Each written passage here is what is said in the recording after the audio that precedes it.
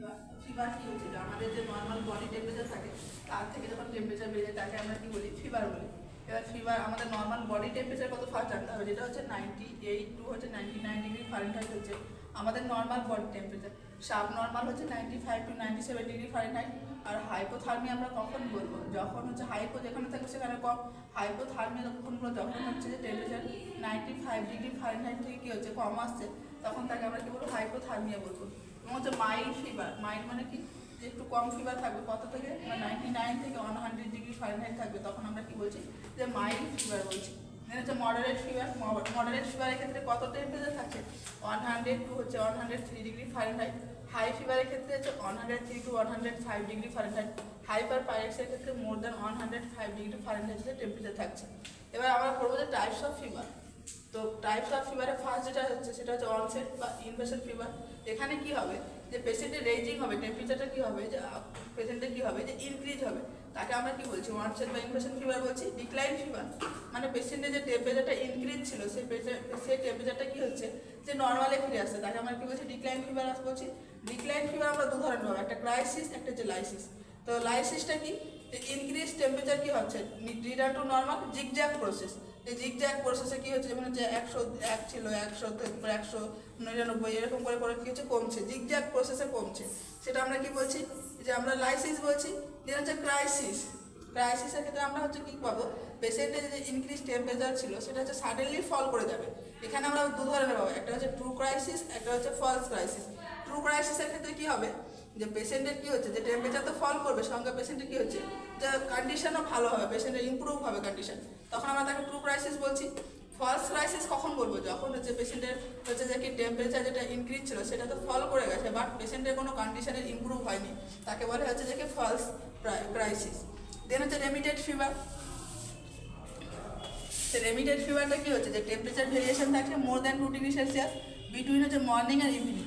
আর কখনই হচ্ছে যে কি not temperature return to normal, যে নর্মালে ফিরে আসবে না।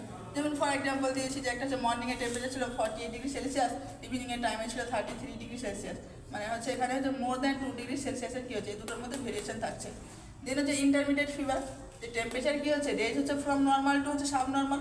মানে সাব নর্মাল কত বললাম এখানে, যে 95 টু 97 সাব নর্মাল, নর্মাল কত বললাম 99 টু 98 টু হচ্ছে 99 ডিগ্রি ফারেনহাইট।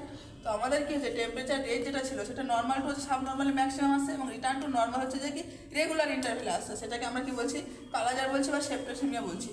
দেন হচ্ছে ইনভার্স ফিভার। আমরা নর্মালি কি জানি, যে আমাদের টেম্পারেচার কি হচ্ছে, সব থেকে লোয়েস্ট থাকে মর্নিং টাইমে আর সব থেকে হাইয়েস্ট থাকে আমাদের ইভিনিং টাইমে। কিন্তু ইনভার্সের ক্ষেত্রে কী হবে, অপোজিটটা হবে, উল্টোটা হবে, যে হাই টেম্পারেচার থাকবে মর্নিংয়ে আর লো টেম্পারেচার থাকবে আমাদের ইভিনিং টাইমে, সেটা বলছে ইনভার্স ফিভার।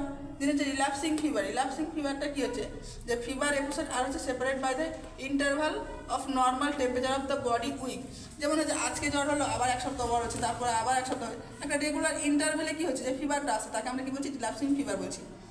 দেন হচ্ছে যে হেডটিক ফিভার।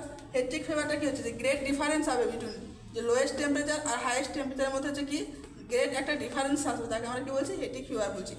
দেন হচ্ছে রাইগার। রাইগার বিশেষ করে দেখা যায় ম্যালেরিয়া পেশেন্টের ক্ষেত্রে, যে সকালবেলা দেখুন পেশেন্ট দেখবে কোল্ড লিস্টে, হঠাৎ করে পেশেন্ট যে 30 থেকে 1 ঘন্টা দিয়ে হচ্ছে প্রচুর কাঁপুনি দিয়ে আসছে, জ্বর প্রচুর মানে ঝাঁকুনি দিচ্ছে, পেশেন্ট এত ঠান্ডা হয়েছে, মুখ ফ্যাকাশ হয়ে গেছে, পা হাত পুরো ঠান্ডা হয়ে গেছে, কোল্ড লিস্টে যাচ্ছে। তারপরেই দেখছে যে হঠাৎ করে পেশেন্টের কী হচ্ছে, যে টেম্পারেচার গেইন হয়ে যাচ্ছে, হট প্লাস মুখ বলছে জ্বালা করছে, টেম্পারেচারটা অনেক বেড়ে গেছে, যে 4 থেকে 5 ঘন্টা সেরকম হচ্ছে, যে হট স্টেজ থাকলো। তারপরে কী হচ্ছে, সেই পেশেন্ট আবার দেখছে ঘেমে যাচ্ছে, সোয়েটিং স্টেজ। এই জিনিসটা বিশেষ করে দেখা যায় যে ম্যালেরিয়া পেশেন্টের ক্ষেত্রে দেখা যায়। এবার আমরা যেটা ওয়ার্ডে কাজ করার সময় যেটা আমরা কাজে নেবো, সেটা হচ্ছে ফ্রিকোয়েন্সি অফ টেম্পারেচার অ্যাসেসমেন্ট। যে আমরা হচ্ছে ওয়ার্ডে যখন কাজ করবো তখন আমরা কী ফ্রিকোয়েন্সিতে পেশেন্টের টেম্পারেচারটা চেক করবো। ফার্স্ট আমরা কী করছি, রুটিন কেয়ার করছি, যে মর্নিং ইভিনিং দেখবো। পাইরেক্সে যদি কোনো পেশেন্টের ফিভার থাকে, পাইরেক্সে যে ফিভার, তো এভরি আমরা আওয়ার্স দেখবো কত টেম্পারেচার আছে সেটা দেখবো, বা এভরি 2 to 4 আওয়ার্স দেখবো। সেটা আমাদেরকে দেখতে হবে পেশেন্টের কন্ডিশনে কত টেম্পারেচার আছে সেই অনুযায়ী। দেন হচ্ছে আফটার সার্জারি আমরা কী করবো, ফার্স্ট 24 to 48 আওয়ার্স আমরা কী করবো, এভরি 4 আওয়ারলি আমরা কী করবো, যে টেম্পারেচার চেক করবো। কেন চেক করবো, কারণ আমাদের কী হচ্ছে, সেই সময় যে আমাদের স্কিন ইনট্যাক্ট থাকছে না, মানে কী হচ্ছে, যে এখানে ইনফেকশন হওয়ার সম্ভাবনা থাকে। তাহলে আমাদের কী হচ্ছে, যখনই ইনফেকশনটা ফার্স্ট আমাদের কী হচ্ছে, যে ভাইটাল সাইনে অল্টার হবে, সেটা টেম্পারেচার। তাহলে টেম্পারেচার রেঞ্জ হবে, তাহলে আর্লি আমরা ডিটেকশন করতে পারবো। সেজন্য আমরা কী করবো, যে আফটার সার্জারি এভরি 4 আওয়ারলি আমরা কী করবো, টেম্পারেচারটা আমরা মেজার করবো, চেক করবো। আজকে পর্যন্ত।